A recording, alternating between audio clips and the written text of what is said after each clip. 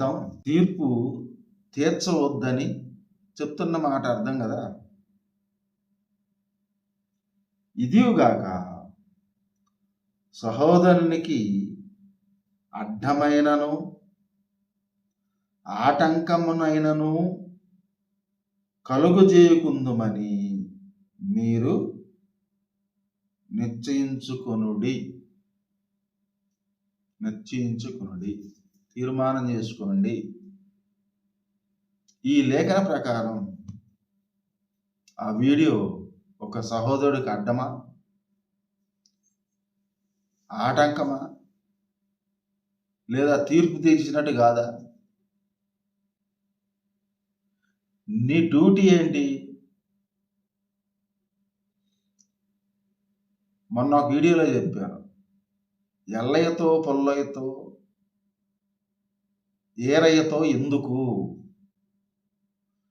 నీకిచ్చిన తలాంతుని వృద్ధి చేయి, డెవలప్ చేయి, ఫలింపజేయి, ప్రజలను ఆలోచింపజేయి, సత్యవాక్యమును బోధించు.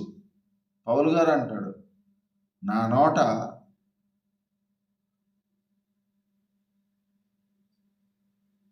సరసోక్తులైనను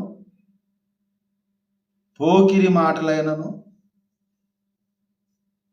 రాకుండా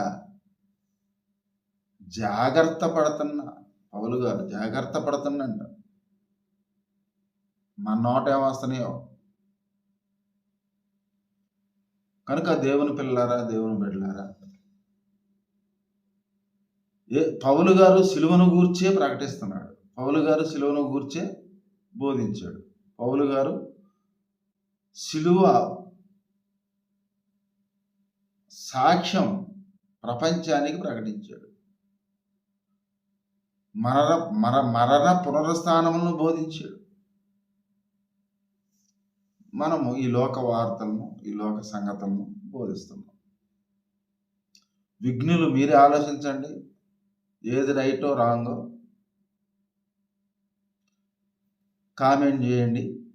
నేను ఎవరి పక్షాన వకాల్త పుచ్చుకోలేదు. అందరూ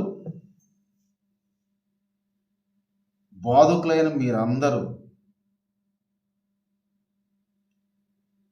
సువార్తను బోధించమని, సత్యమును బోధించమని, సత్యమనగా యేసును బోధించమని, శిలువ సువార్తను బోధించమని కోరుతూ సెలవు తీసుకుంటాను. వందనాలు.